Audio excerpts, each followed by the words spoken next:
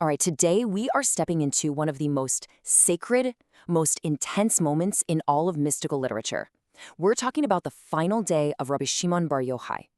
This is the day when, with his closest students gathered around him, he gets ready to reveal the secrets he has held locked in his heart for his entire life. I mean, just listen to these words. This is a man standing right on the threshold between worlds. He can feel the divine presence. He senses the arrival of souls from the Garden of Eden coming to escort him. So you have to understand, this isn't just some final lecture. No, this is his final testimony. It's a soul preparing for its journey home. And he's determined to leave this world holding nothing back. Just try to picture the scene. The room is packed with students, but just as Rabbi Shimon starts to speak, a supernatural fire comes down, forming a circle. It separates his innermost group, his son Rabbi Elazar, his scribe Rabbi Abba, and a few others, from everyone else. The energy in that room must have been absolutely electric. This is no ordinary gathering. This is a revelation literally protected by a holy flame. This whole event is known as the Idra Zuta, which means the lesser assembly. But, don't let that name fool you for a second. It's called lesser only in comparison to a previous gathering. But here's the difference. In that first assembly, many people spoke. Here, Rabbi Shimon makes it clear. He will speak alone.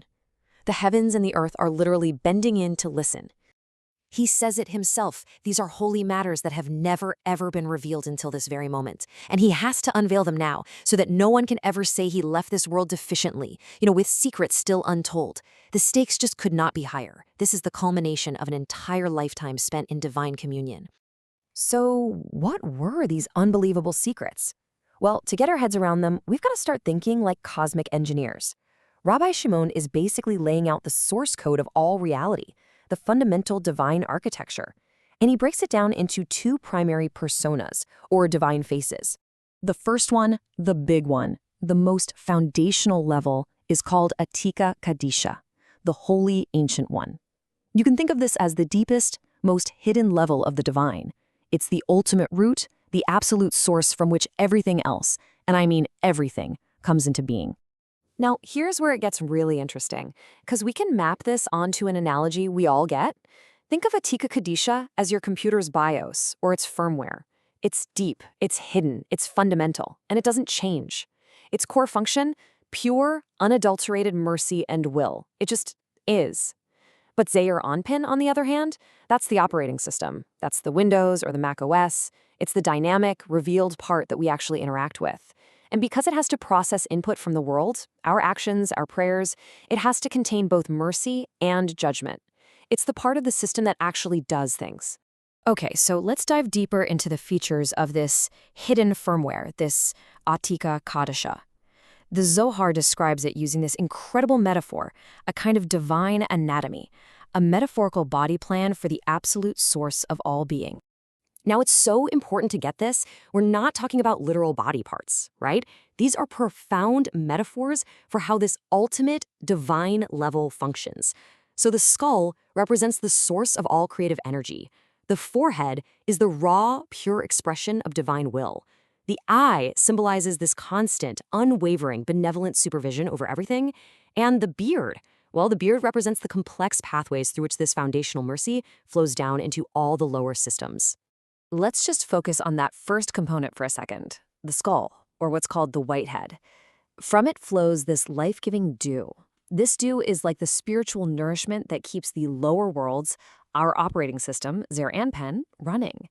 And get this is a core mystical idea. This very same energy is what will, one day in the Messianic era, bring about the resurrection of the dead. Wow. And then you have the forehead. It's called Ratzon, which means divine will. Now, according to the text, when this aspect of the Ancient One is revealed, which happens specifically during the afternoon prayers on Shabbat, it has the power to completely silence all harsh judgments in the entire cosmos. It's like a universal reset button, bringing everything back to a state of pure favor and mercy.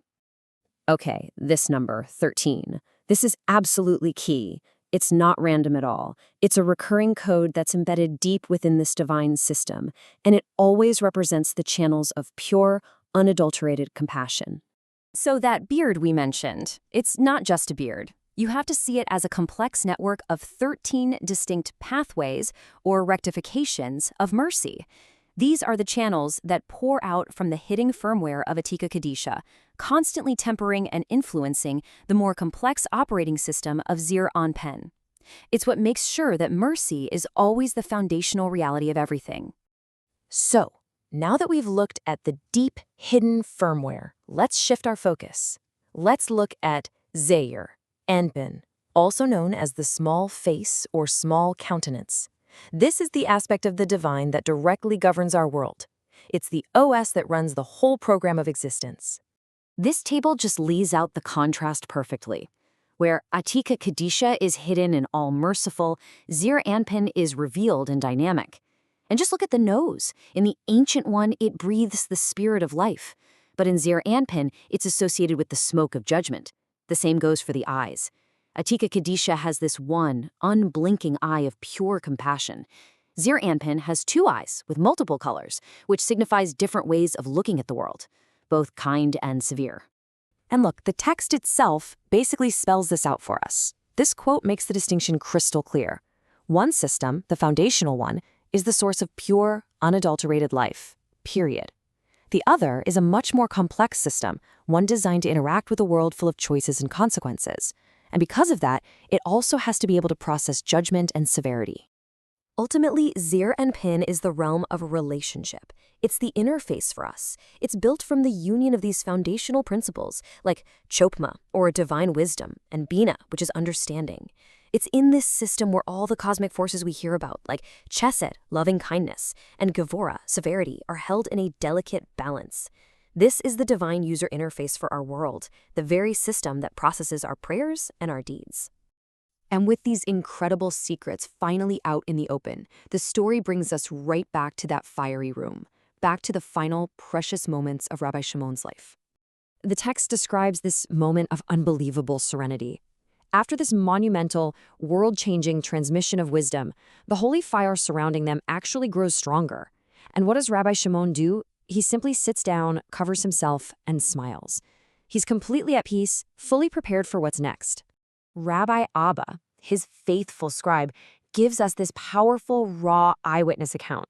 He sees his master, Rabbi Shimon, in this state of transcendent emotion. He's weeping and laughing at the same time, and he hears him speak to his own mouth, acknowledging the incredible merit it had to be the vessel for these secrets, like a spring that never, ever runs dry.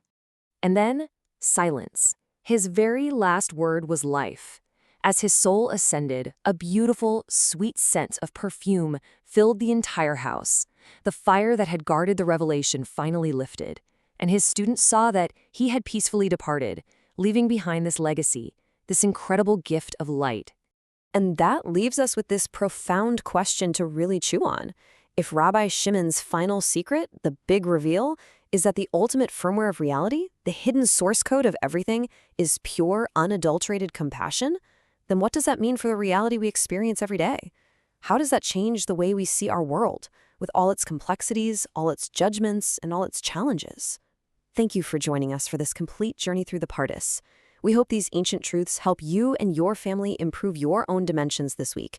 If you enjoyed this full chapter deep dive, please like, subscribe, and share which part of the journey touched your soul in the comments. We'll see you in the next chapter.